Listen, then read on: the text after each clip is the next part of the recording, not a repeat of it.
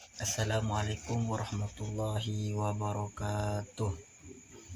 Alhamdulillahi rabbil alamin. Wassalatu wassalamu ala asyrafil anbiya wa mursalin wa ala alihi wa ashabihi ajmain, amma ba'd. Baiklah teman-teman, langsung saja kami membahas mengenai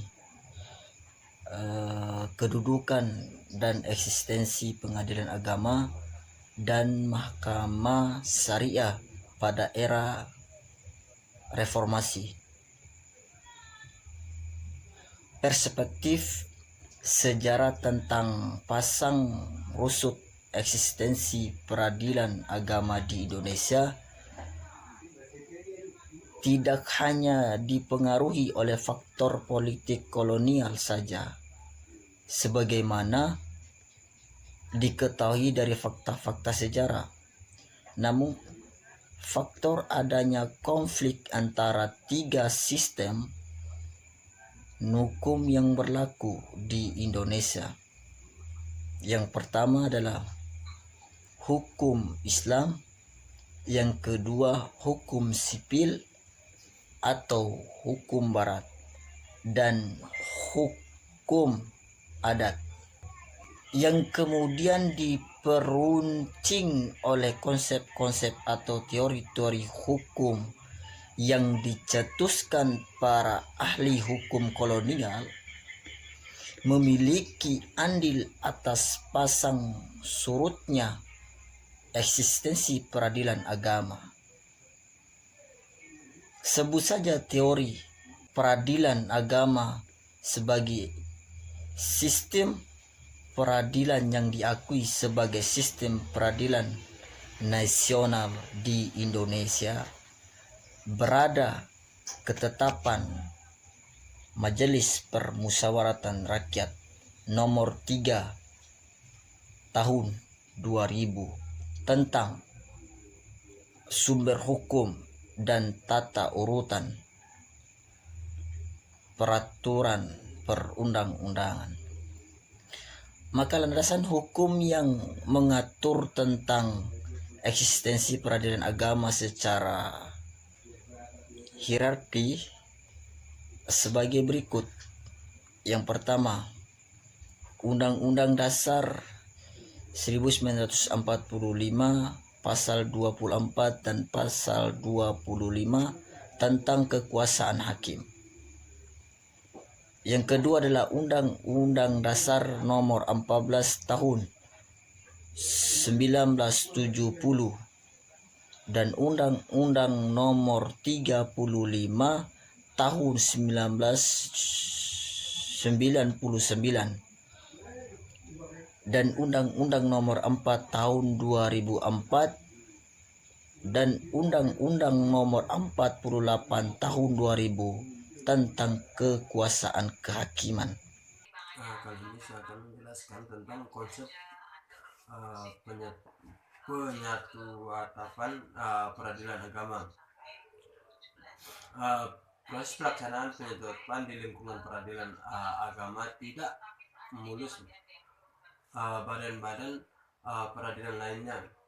Meskipun pada akhirnya sejak tanggal 30 Juni 2014, Menteri Agama telah menyerahkan organisasi administrasi finansial lingkungan peradilan agama kepada Ketua Mahkamah Agung. Namun sebelum disatu atapkan, yakni tepatnya sejak lahirnya Undang-Undang Nomor 35 Tahun 1999, terjadi polemik pro dan kontra di kalangan masyarakat Muslim. Pro dan kontra itu berawal ketika Undang-Undang Nomor 33 Tahun 1999 dalam salah satu pasalnya menyebutkan bahwa peradilan umum, peradilan militer, peradilan tata usaha negara dan dilakukan dalam rangka 5 tahun. Sedangkan untuk peradilan agama, batas peradilan tidak ditentukan batas waktunya. Dengan untuk peradilan agama tersebut menimbulkan penafsiran yang berbeda. Sedangkan responden dan menyatakan tidak setuju di satu atap kan umumnya karena menyatakan bahwa ada sebuah ikatan historis yang dinyatakan oleh sebagian anak-anak respondes antara peradaban agama dan departemen agama, sehingga sebenarnya di satu atap kan dikhawatirkan akan kehilangan sisi historis pengadilan agama dengan debat. Inilah yang melandasi alasan ketika Ismail Sunni menyatakan bahwa peradilan agama tidak boleh dilakukan KMA, termasuk juga Bushunul Arifin yang secara tegas menyatakan bahwa pengadilan agama tidak akan pernah beralih hingga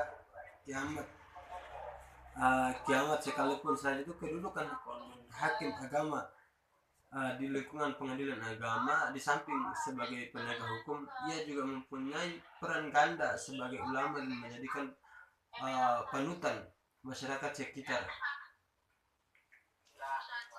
Mengingat pembinaan hakim pada masa tersebut dilakukan oleh DPR, maka akan menjadikan lepas begitu saja setelah pindah ke MA.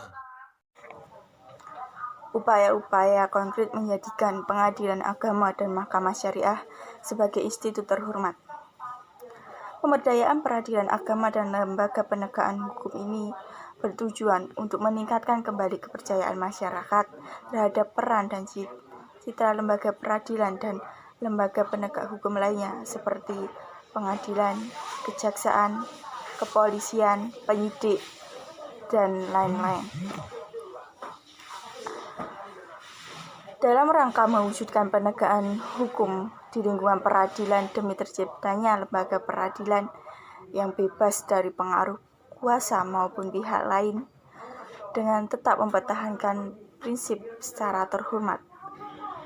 Hal ini perlu dilakukan sebagai berikut. 1. Meningkatkan peran penting terhadap pengadilan agama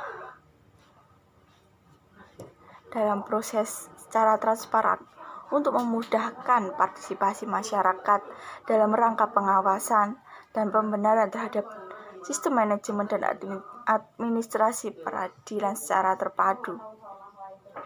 Yang kedua, menyusun sistem rekrutmen dan yang lebih ketat untuk mengawasi terhadap proses rekrutmen dengan memegang asas kompetensi, transparan, partisipasi, baik bagi hakim maupun aparat penegak hukum lainnya.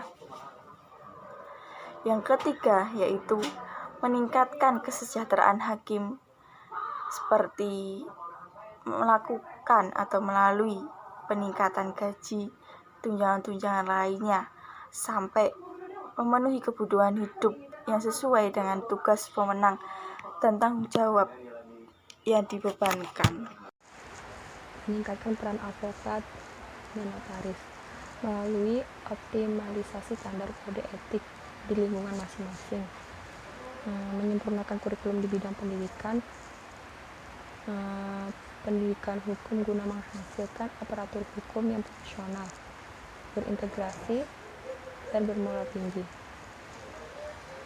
meningkatkan kualitas hukum dan melakukan penemuan hukum yang baru dari melalui putusan pengadilan, jurisprudensi yang digunakan sebagai dasar pertimbangan hukum yang dapat digunakan oleh aparat penegak hukum di lingkungan peradilan. Lalu meningkatkan bimbingan terhadap integrasi moral, sikap perilaku dan pemberdayaan kemampuan dan keterampilan aparat penegak hukum. Lalu di sini dijelaskan juga mengembangkan mekanisme penyelesaian sengketa alternatif di luar pengadilan. Setelah itu, meningkatkan mekanisme pertanggungjawaban lembaga pengadilan kepada publik. Kepada publik ini dijelaskan untuk kemudahan akses masyarakat untuk memperoleh putusan pengadilan dan publikasi. Publikasi ini mengenai adanya tidaknya perbedaan pendapat antara majelis hakim terhadap setiap pengambilan keputusan.